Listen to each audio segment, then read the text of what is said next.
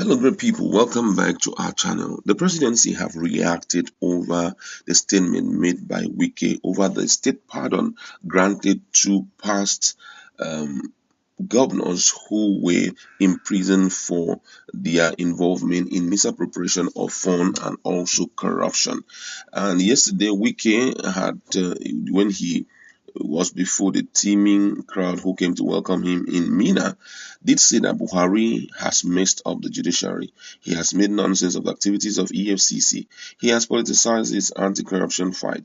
It is unfortunate that when you say you are fighting corruption and those convicted for corruption charges are then being granted pardon. The presidency has reacted, but we're going to be looking at that in a jiffy. But before we do that, if you've not subscribed, kindly hit on the red subscribe button and also the bell icon so that you can get notification anytime we publish our videos.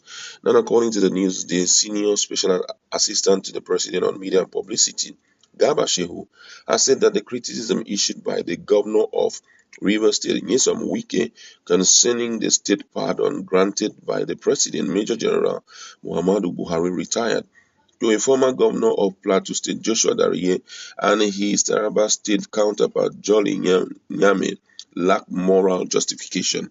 Wike has criticized the state pardon, saying it ridiculed the judiciary, which has convicted both men of corruption.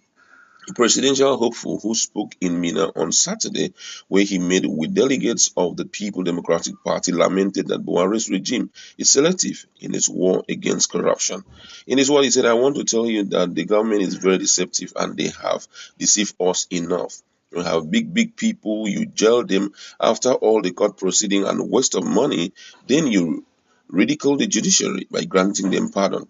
How will the international community look at us with those type of things we do? Look at the amount spent in the prosecution, and you wake up one morning and mess it up all because of politics."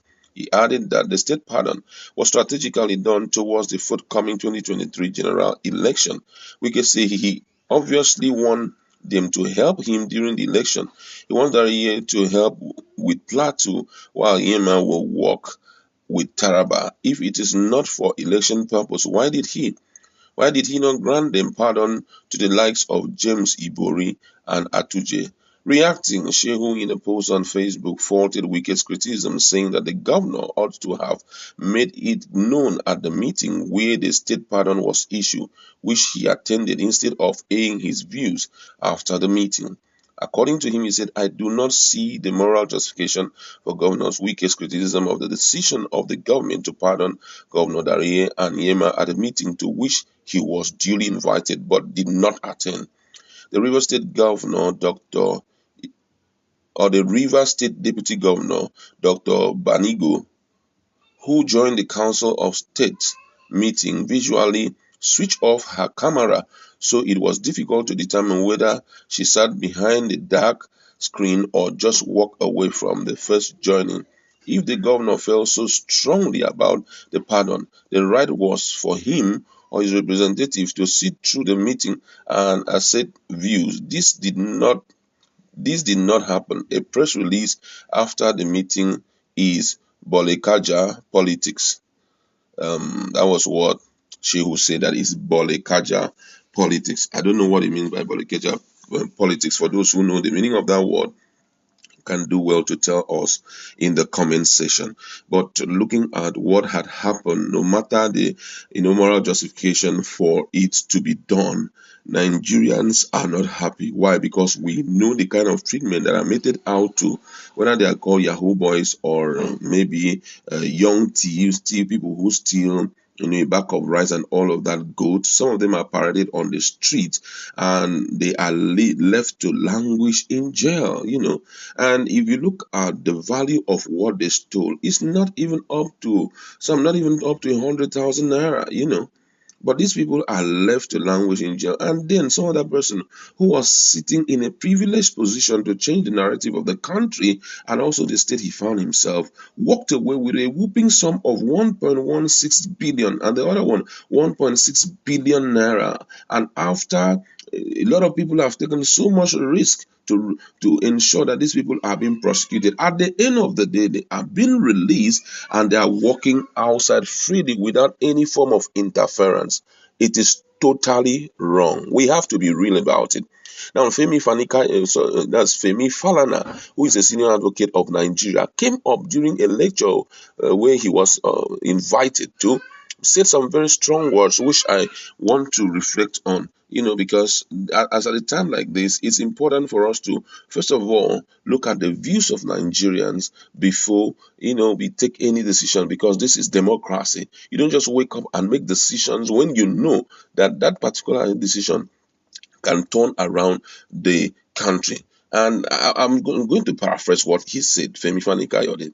Femi Falana said that there is no moral justification for it. And he went further to say that he would also like to advise those who are counsel, that's who are lawyers, to detain or imprison imprison petty thieves, to appeal those cases on the grounds of the release of these two people.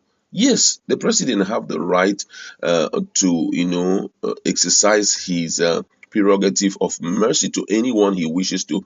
But, considering the situation of things on ground and how the government have stated severally that they are in to fight corruption, this particular step is totally wrong and can cause an uproar. A lot of people have spoken, CSOs have spoken, different lawyers have spoken. I feel that such decision should have been taken with consideration to how it will solve the problem of Nigeria. Because if you decide to, pardon people who have stolen so much, other political thieves who are already jogging to leave office will be so encouraged. All what they need to do is to cross carpet to APC and they will enjoy all of that. But actually, it's wrong. It's totally wrong for the president to, whether there was a meeting that was held and such decision was taken. First of all, consultation would have been carried out. Reach out to the people and let us know what is the state of their mind towards corrupt leaders. Should they be imprisoned and the key thrown into the high sea, or should they be released at the point where they show some level of repentance? But hey, level of repentance, no matter the level of repentance they have shown, it should first of all be witnessed with something. At least they should refund those monies that they stole. If they successfully refund the money, then you can show them any amount of pardon and let's say let bygone be bygone, because at least we've gotten our money back.